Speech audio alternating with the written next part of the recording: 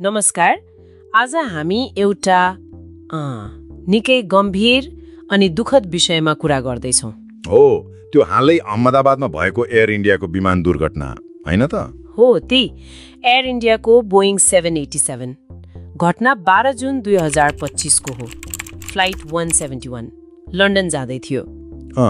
Dream liner. हामीसँग यस घटनाबारे केही प्रारम्भिक रिपोर्टहरू अनि जानकारीहरू छन्। आजको हाम्रो छलफलमा चाहिँ अब यी स्रोतहरूबाट के तथ्यहरू आए अनि यसको मतलब के हो भनेर अलिक केलाएर हेरौँ न। हुन्छ, सुरु गरौँ। ल, सबभन्दा पहिले त यो भयो कसरी? जानकारी के आयो भन्दाखेरि विमान उडेको लगभग 30 सेकेन्ड जतिमा। एकदमै सुरुमा। हो, एकदमै सुरुमा। उचाइ पनि खासै लिएको थिएन, 600 देखि 825 फिट जति मात्र। त्यति बेला अचानक उचाइ गुमाउन थाल्यो रे, अनि टेक अफ राम्ररी गर्नै सकेन, अनि खस्यो। हो, अनि विमानस्थल नजिकै एउटा मेडिकल होस्टेल रहेछ, त्यो भवनमा गएर ठोकिएछ। ओहो, नजिकै रहेछ। अनि पाइलटले खस्नु अघि मेडे कल पनि गरेका रहेछन्।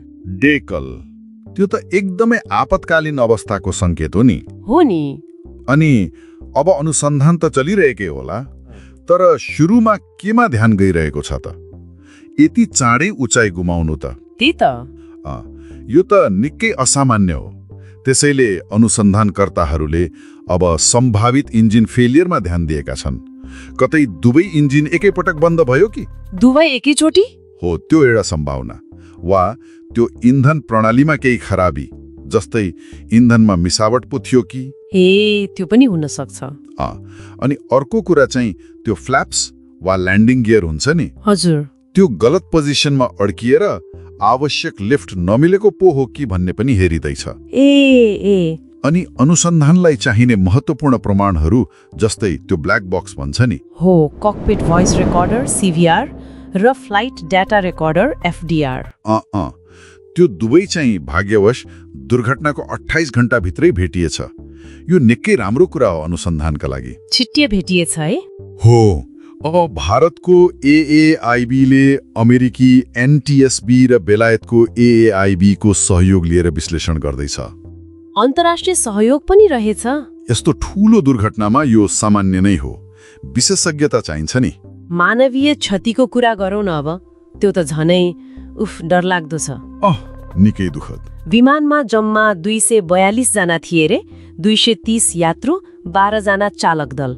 अनि ती मध्ये 241 जनाको मृत्यु भयो। एउटै बाहेक सबै। हो, अनि जमिनमा पनि क्षति भयो। त्यो होस्टेलमा मानिसहरू थिए। त्यहाँ कति जना?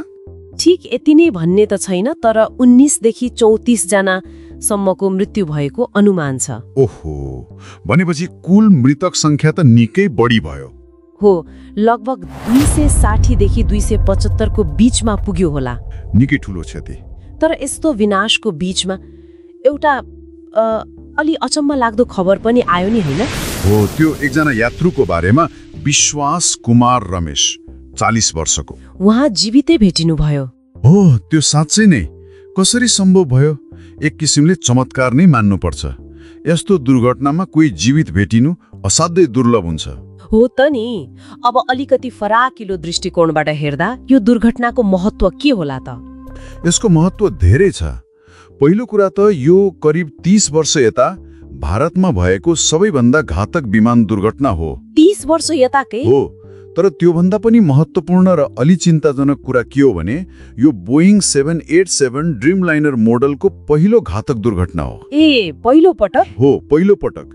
यो विमानलाई त कति अत्याधुनिक, कति सुरक्षित भनेर प्रचार गरिएको थियो नि। थियो त। हो, यो घटनाले विश्वभरि नै यसको सुरक्षा रेकर्डमाथि एउटा ठूलो प्रश्न खडा गरिदिएको छ। पक्कै पनि। दुर्घटनापछि केही कदमहरू चालिए त एयरलाइन्समा सरकारबाट? चालियो।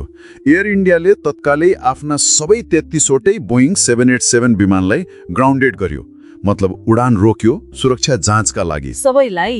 हो, सबै 33 वटा मध्ये जुनसम्म आइपुग्दा 26 वटा चाहिँ जाँच गरेर फेरि उडान योग्य छन् भनिएको छ। अरू पनि जाँच हुँदैछ? बाँकीको जाँच चलिरहेको छ। अनि उनीहरूका 777 विमानहरूको पनि यस्तै जाँच हुँदैछ रे। निकै गम्भीरतापूर्वक लिएको देखिन्छ। लिनै पर्यो नि। अनि अर्को कुरा, पीडित परिवारलाई राहतको घोषणा पनि भएको छ।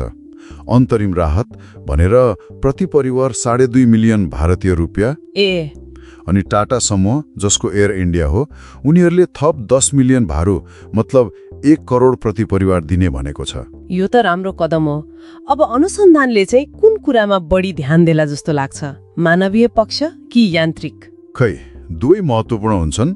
अनुसन्धानले मानवीय त्रुटिको सम्भावना पनि हेर्छ अनि त्यो यान्त्रिक गडबडीको पनि। 787 मा पहिले पनि त्यो ब्याट्रीको समस्याहरू देखिएकै थियो नि। हो, याद आयो। तर यो घटनाले भारतको जुन उड्डयन नियामक निकाय छ अनि एयरलाइन्सहरूले कसरी सञ्चालन गर्छन्, मर्मत सम्भार कसरी गर्छन् भन्नेमा पनि प्रश्न उठाउँछ, खासगरी लामो दूरीको अन्तर्राष्ट्रिय उडानको सन्दर्भमा। नियमन र निरीक्षण कतिको प्रभावकारी छ भन्ने कुरा हैन त? हो, ठ्याक्कै। त्यसो भए समग्रमा हेर्दा यसबाट के पाठ सिक्न सकिएला त? यो दुर्घटनाले अब उड्डयन सुरक्षामा गम्भीर पाठ सिकाएको छ। भारतमा जुन बोइङ विमानहरूको तत्काल सुरक्षा अडिट भइरहेको छ नि, त्यसको नतिजाले सायद विश्वभरि नै 787 विमान चलाउने तरिका, मर्मत सम्भारको निरीक्षण अनि आपतकालीन अवस्थामा के गर्ने भन्ने प्रोटोकलहरूमा केही न केही असर पार्न सक्छ, परिवर्तन आउन सक्छ। हो, सम्भवतः त्यो ककपिट भित्रको अलर्ट सिस्टम, पाइलटहरूको तालिम अनि विभिन्न अनुसन्धान एजेन्सीहरू बीचको समन्वयमा पनि सुधार गर्नुपर्ने देखिन सक्छ। यसको मतलब त प्रविधि जतिसुकै राम्रो भए पनि सुरक्षा प्रणाली र मानवीय पक्ष चाहिँ सधैँ चनाखो र बलियो हुनै पर्छ भन्ने कुरा फेरि देखियो। हो, बिल्कुल। प्रविधि मात्रै सबथोक होइन। आजको यो छलफललाई यही बिट मारौँ, तर जाँदा जाँदै एउटा प्रश्न चाहिँ मनमा खेलिरहन्छ। के कुरा? यस्तो भयानक दुर्घटनाबाट एकजना यात्रु, त्यो पनि त्यसरी चमत्कारी ढङ्गले बच्नु भयो नि, यसले भविष्यमा विमानको डिजाइन बनाउँदा सीटको सुरक्षा अझै बढाउन वा आपतकालीन उद्धार प्रक्रियालाई अझै प्रभावकारी बनाउन केही नयाँ सोच्न प्रेरित गर्ला कि नगर्ला? यो निकै विचारणीय प्रश्न हो, सायद गर्नुपर्छ।